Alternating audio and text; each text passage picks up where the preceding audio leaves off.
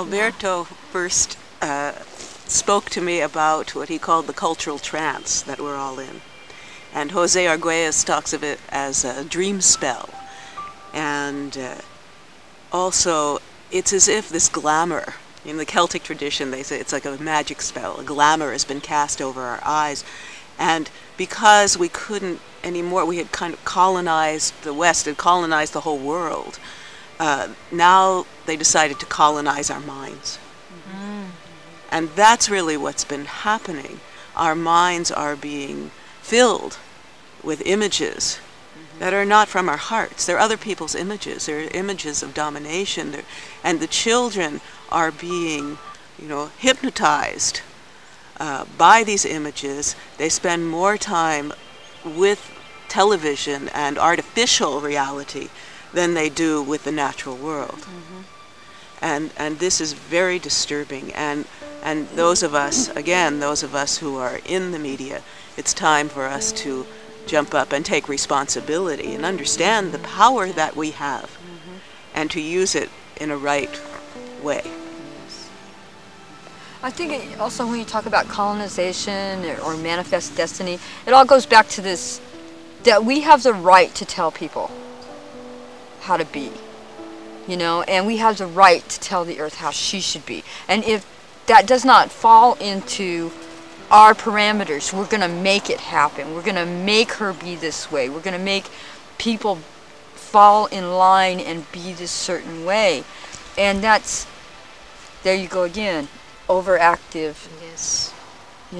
Instead of, we need to learn respect. I have companies that come to me and they say, okay, we're going to go work on your reservation, and how should we approach this? And I said, well, first off, you should learn as much about the culture as you can. Make sure you're speaking the same language. Just because you're speaking English does not mean they understand it the same way that you do. We talk with our students, and we like to use the word wolf as something because Linda's background, my partner's background, is Middle European. Middle European wolf is the devil, steals babies in the night, the werewolf legends, all of that stuff. And yet you come here to our land, and I was told if you get lost, go climb in the wolf cave. Stay with the pups, I'll find you. That's what I got taught. That's my uncle, that's my grandfather, that's my grandmother. These are my relations, and they will take care of me until someone can find me.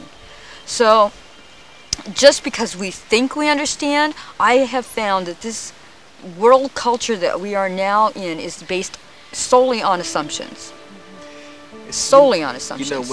When North American companies come to South America, and they believe that they have agreements with people, and they say, but they said yes, and yes to us means I hear what you're saying, not I'm agreeing to what you're saying. Yes. I agree, you're right to believe that.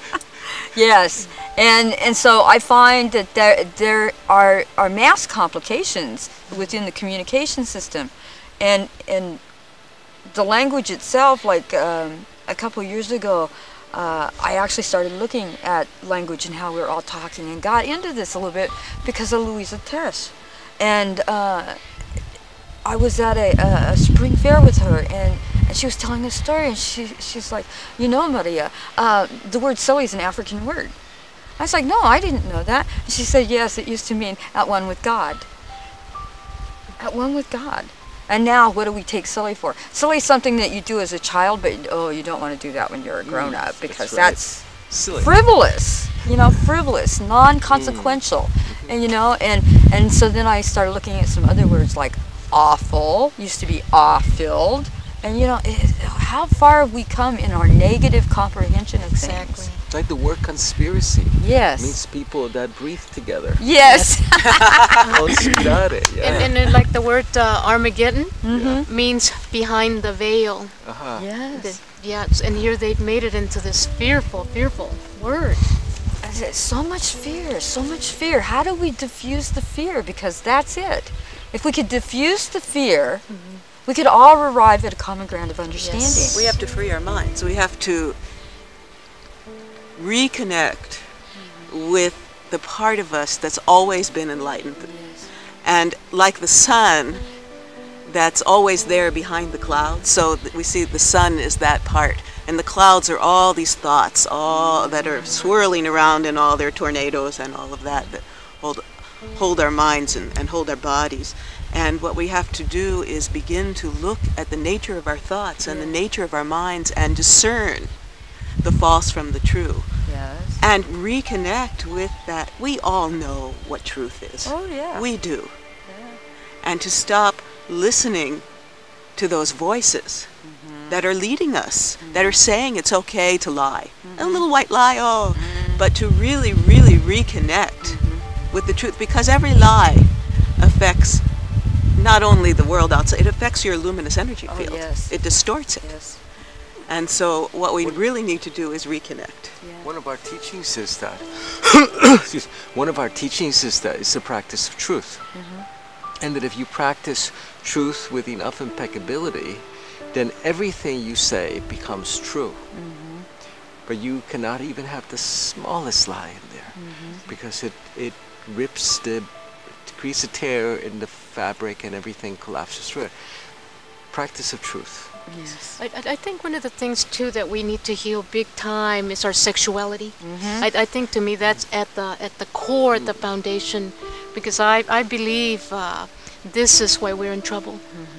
And so I think if we as human beings could heal some core of this, I think we'd be able to make some progress. And not till we do that, I don't think we're going to make movement.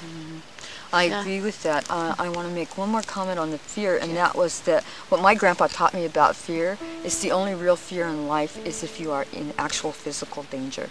That is what fear was created for, was to keep you from walking off a cliff, to get out of the way of the steam engine, whatever, so that you would not enter into physical harm. And everything else is a psychological illusion. And I think too, because I also want to move it more to the physical, because like I said, I come from a country that the male is very, I'll use the word again, macho. So there's a sense that the woman is their property, and there's a sense that they can do whatever they want to with the women.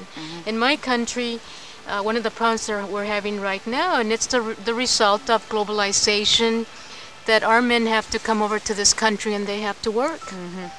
And there's a lot of frustration in leaving the families, they leave the children, they come over here and their life is very different. Things start to tear down, but they tear down in both sides. So when they have their breaks, they come back to Mexico, and what happens is that they force themselves on the women. We have a lot of domestic abuse in Mexico, of forced rapes. And another thing that is escalating too is that the men come over here and whatever they do, they come back with a lot of STD.